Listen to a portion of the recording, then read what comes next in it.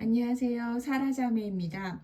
오늘 두 번째 음성 묵상 메시지를 만들고자 합니다. 두 번째로 만드는 건데요. 아직 좀 많이 떨립니다. 오늘 제가 남기고자 하는 메시지는 제가 작년 21년 10월 24일에 페북으로 먼저 나눴던 메시지입니다. 그때 제목이 엘리야와 시돈의 과부 땡땡 기근의 시대 성령이 내 집에 찾아올 때라는 제목으로 올렸고요. 그래서 이 오늘의 배경 화면은 제가 수채화로 그린 이 물 위의 배 그림인데 뭐 그림을 보시든 아니면은 편하게 라디오처럼 들으시든 편하게 청취해 주시면 감사하겠습니다. 그래서 이 엘리야와 시돈의 과부 이야기는 열왕기상 17장에 나오는데요. 뭐 엘리야 선지자는 우리가 다 너무 잘 알죠. 특히 엘리야 선지자는 이 구약 시대의 아합이라고 하는 굉장히 악한 왕이 이스라엘을 다스리는 동안 엄청난 활약을 했었습니다. 그리고 오늘 볼 열왕기상 17장, 그 17장 초반에 이 악한 아합 왕에 대한 하나님의 심판으로 앞으로 몇 년 동안 비가 내리지 않을 거라고 이 선지자 엘리야가 선포를 하였고, 그래서 실제로 세상에 가뭄과 기근이 임하게 됩니다. 그러던 와중에 어느 날 하나님께서 엘리야에게 시돈 지역에 사는 과부에게 가라고 명령하십니다. 그리고 엘리야는 그 말씀에 순종해서 시돈의 과부에게 가고요. 과부의 집에 도착해서 엘리야가 과부에게 빵을 달라고 합니다. 그런데 과부 집에 빵이 없고 그래서 과부가 밀가루 한 줌과 병에 기름이 조금 남은 것이 있는데 원래 그걸로 빵을 만들어서 아들과 내가 마지막 한 끼를 먹고 죽으려던 참이었다라고 대답을 합니다. 근데 이제 여기에 대한 엘리야의 대답이 참 가관입니다. 그래서 엘리야가 그러면 그 밀가루 한 줌으로 먼저 나를 위해 빵을 만들어 주고 그리고 나서 당신과 당신 아들이 먹으면 하나님께서 비를 다시 내리시는 날까지 당신 통해서 밀가루와 기름이 마르지 않게 하실 것이다 라고 말합니다. 너무 황당하죠. 그러니까 부잣집에 가서 이런 요구를 하는 것도 아니고 또 뭐 하나님을 섬긴다는 선지자가 이 가난한 과부 집에 와서 그 조금 남은 식량을 자기 먼저 달라고 하는 거죠. 근데 이 사이비 종교 사기꾼 같은 말에 과부는 그대로 따릅니다. 그래서 선지자 엘리야가 먹을 빵을 먼저 만들어서 대접을 합니다. 그러자 하나님께서는 정말로 이 과부의 통의 밀가루가 떨어지지 않고 병의 기름이 마르지 않게 하셨고, 그리고 엘리야는 이 가뭄과 기근의 시간 동안 이 과부의 집에서 머물게 됩니다. 그런데 이 이야기가 이렇게 경이로운 기적으로 훈훈하게 마무리되는 게 아니라 이 과부의 아들이 병에 들게 돼서 병이 심해져서 죽게 됩니다. 그때 과부가 엘리야에게 이렇게 말합니다. 열왕기상 17장 18절 하나님의 사람이여 내가 당신과 무슨 상관이 있다고 이렇게 와서 내 죄를 생각나게 하고 내 아들을 죽게 합니까? 그래서 엘리야는 이 죽은 아들을 데리고 자기가 지내던 위층 방으로 데리고 올라가서 하나님께 기도로 간구하고 그다음에 아이의 몸 위에 3번 엎드리고 그렇게 하니까 아이가 다시 살아나게 됩니다. 그래서 엘리야가 살아난 아이를 그 어머니에게 돌려주니까 어머니가 이런 고백이 터져 나오게 됩니다. 열왕기상 17장 24절 이제 당신이 하나님의 사람인 것과 당신의 입에서 나오는 여호와의 말씀이 진실임을 알겠습니다. 그리고 이제 엘리야와 시돈, 현재는 레바논 지역인데요. 이 시돈의 과부의 이야기가 여기서 이렇게 마무리가 됩니다. 그래서 앞부분에 그 빵 만들어서 대접하는 부분까지만 읽으면 표면적으로 보면 경제적으로 내가 궁핍한 상황에서도 타인에게 후하게 베풀면 반드시 하나님께서 되갚아 주신다. 그런 메시지로도 볼 수가 있겠습니다. 근데 이제 거기에서 멈추면은 이제 그 다음 사건이 좀 온전히 설명이 되지 않는다고 저는 개인적으로 느꼈었는데요. 이제 그러다가 작년 어느 날 그 나머지 부분에 대해서 묵상이 된 거예요.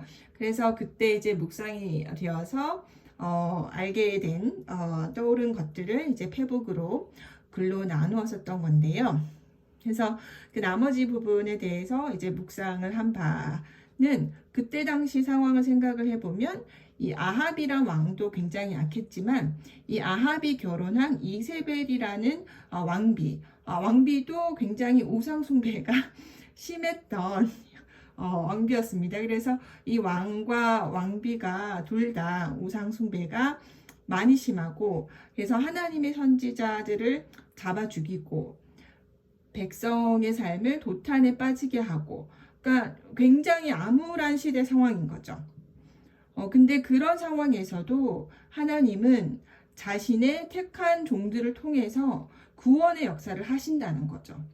그 이스라엘의 선지자를 데려다가 그 시돈에 있는 과부 집에 보내실 정도로. 그래서 그런 관점에서 과부의 집을 방문한 선지자 엘리야는 어쩌면 성령을 상징하는 것은 아닐까.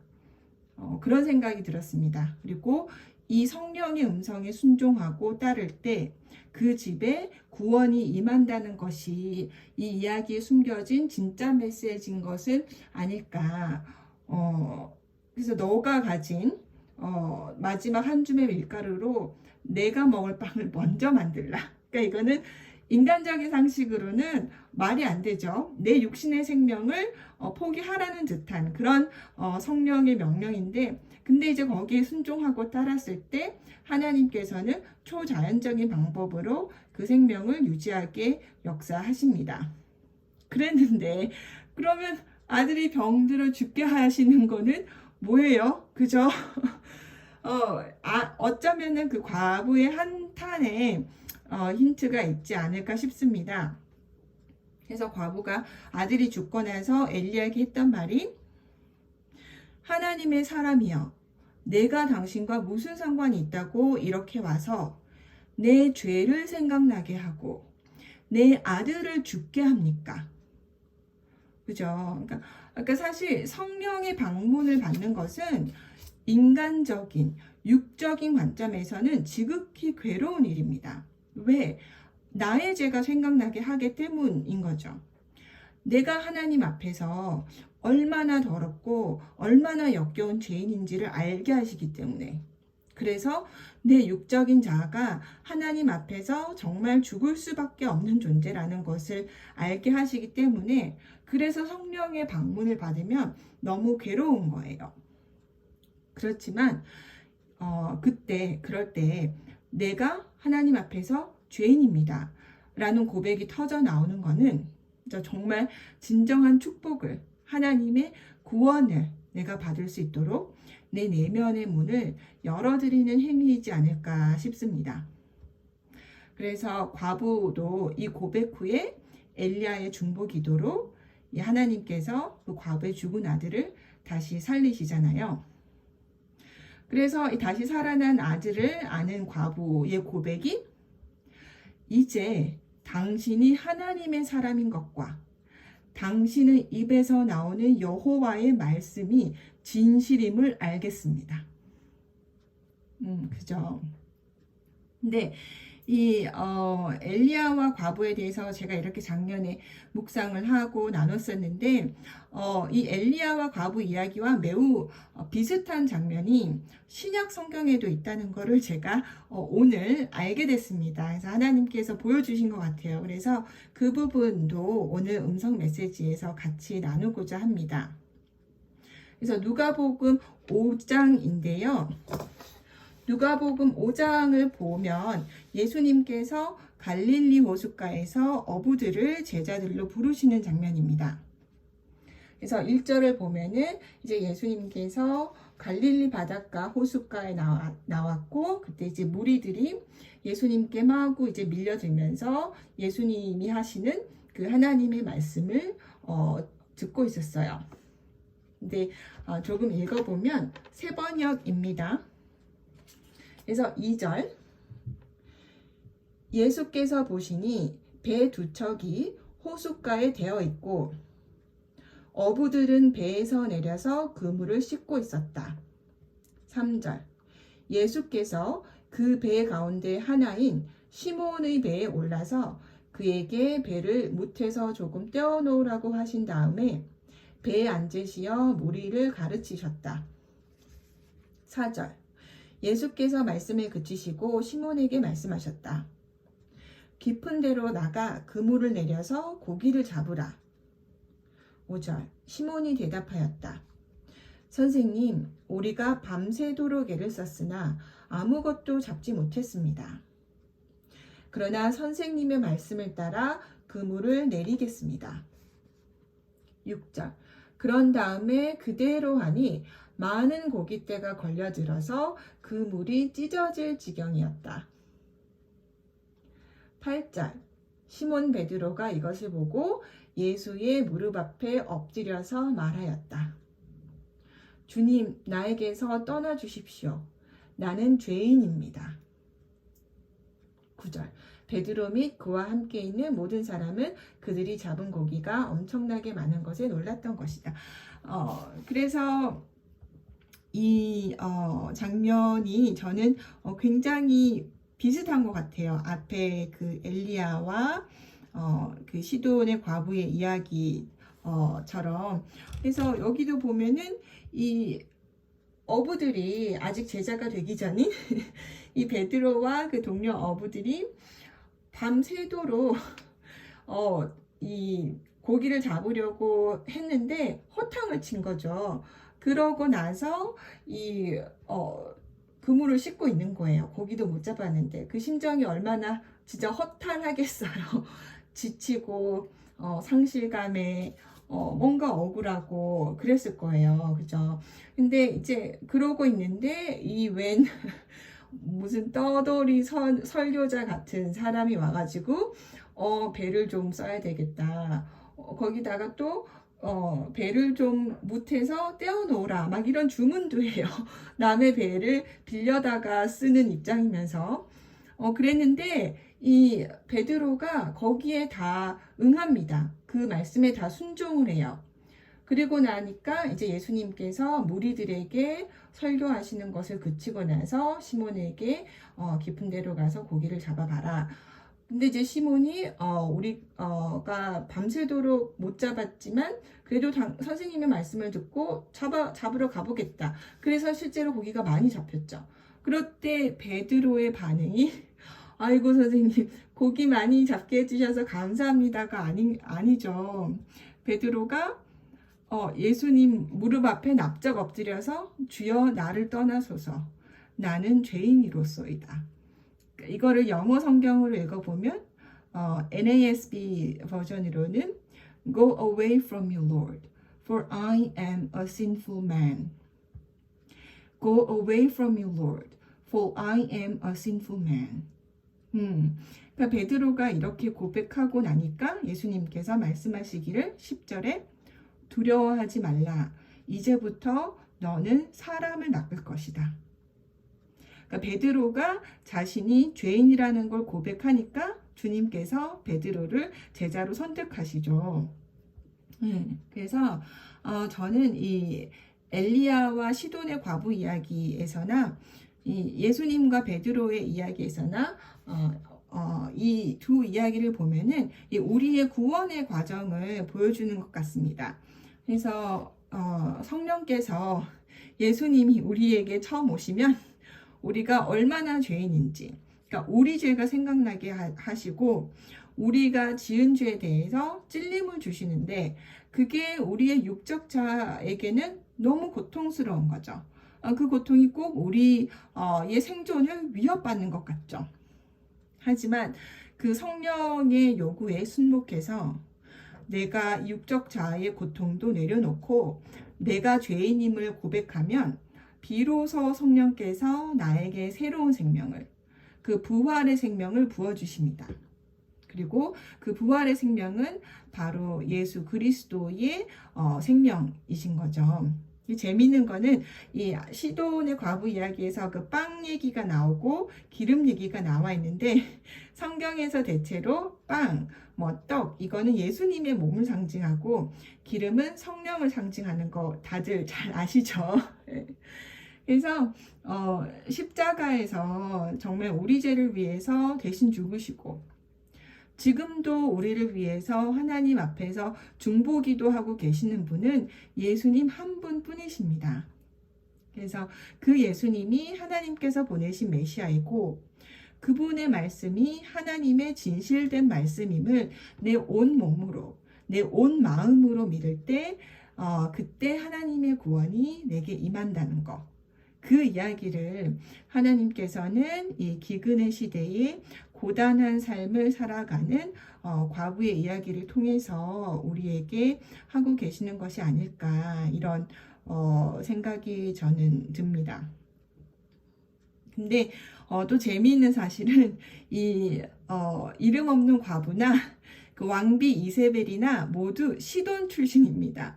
그래서 당시에는 페니키아 지역이고 현재는 레바논 지역이라고 제가 아까 말씀을 드렸는데요. 그래서 당시 페니키아 지역은 해상 무역이 발달한 부유한 지역이었습니다. 그래서 뭐 이제 인터넷을 찾아보셔도 나올 텐데요. 부유했었고 또 우상 숭배하고 우상 숭배와 수반되는 그 온갖 악한 행위들이 성행하던 곳이 바로 시돈 지역인 거예요. 근데 이제 이 같은 지역 출신의 두 여인들의 이 삶의 모습이 이렇게나 대조적일 수가 없는 거죠. 그러니까 한 여인은 왕비라는 영화로운 위치에 오르지만 그 지위와 권력을 이용해서 왕과 온 나라를 타락하게 만들고 또 민생을 도탄에 빠지게 하고 근데 이제 다른 여인은 이름도 기록되어 있지 않아요 성경에 그래서 그런 가난한 과부로서 이름 없는 가난한 과부로서 고단한 삶을 살지만 이 성령이 내 집에 찾아왔을 때 그 성령의 초대에 응하고 그 성령의 음성에 순복해서 하나님의 은총과 구원을 받게 됩니다. 그래서 요즘 상황을 보면 육적으로나 영적으로나 기근의 시대가 곧 시작이 될 것 같다 라고 저는 좀 개인적으로 느낍니다. 그래서 구약시대 이렇게 아합 왕처럼 굉장히 악한 마지막 때에 한 왕이 글로벌하게 통치하는 시대가 머지 않았다. 저는 그런 느낌이 좀 들고요. 그래서 이런 기근의 시대에 나와 내 가족은 이 시돈의 과부가 될 것인지 아니면 이세벨이 될 것인지 정말 마음을 정해야 된다라고 생각을 합니다. 근데 그렇지만 이 마지막 때의 기근의 시대에도 하나님의 구원의 역사는 계속될 것이고요. 그래서 이 성령의 초대에 응하고 성령의 음성을 따르면서 주님과 동행하며 사는 것이 나와 내 집이 구원을 얻는 길이라고 저는 정말 믿습니다. 그래서 혹시 모르겠어요. 이 채널이 얼마나 오래 유지가 될지 저는 시키시는 대로 계속 운영을 하고 유지를 하고자 노력을 할 생각이지만 얼마나 이 채널이 오랫동안 남아있을지 그리고 또 혹시 언제 어떤 분이 이 음성 메시지를 들을지는 모르겠지만 만약에 정말 그 마지막 때 환란이 이 땅에서 시작이 되어서 혹시 그때까지 이 채널이 남아 있다면, 그리고 그때 이 음성 메시지를 들으시는 분이 계시다면 뭐 제가 될 수도 있겠죠. 뭐 누가 알겠습니까? 사람의 앞날을. 근데 그런 이 환란의 시대에도 주님의 구원의 역사는 계속된다는 말씀을 꼭 드리고 싶습니다. 그러니까 물론 세상 상황은 정말 많이 어렵겠지만 우리 주님은 기근의 시대에도, 마지막 환난의 시대에도 건질 자를 반드시 건지십니다. 그래서 그런 주님을 꼭 믿으시고 꼭 붙으시고 정말 끝까지 이기는 자, 오버커머가 되셔서 이 땅에서 주님 왕국이 설 때 같이 상속받게 되시길 진심으로 축원합니다. 예, 메시지가 조금 길어졌는데요. 그래서 마지막으로 예수님 말씀을 읽으면서 마무리하도록 하겠습니다. 마태복음 6장 25절, 26절 새 번역입니다. 그러므로 내가 너희에게 이르노니 목숨을 위하여 무엇을 먹을까? 무엇을 마실까? 몸을 위하여 무엇을 입을까? 염려하지 말라. 목숨이 음식보다 중하지 아니하며 몸이 의복보다 중하지 아니하냐. 공중의 새를 보라. 심지도 않고 거두지도 않고 창고에 모아 들이지도 아니하되 너희 천부께서는 기르시나니 너희는 이것들보다 귀하지 아니하냐. 오늘도 들어주셔서 감사합니다. 주님과 좋은 하루 되세요.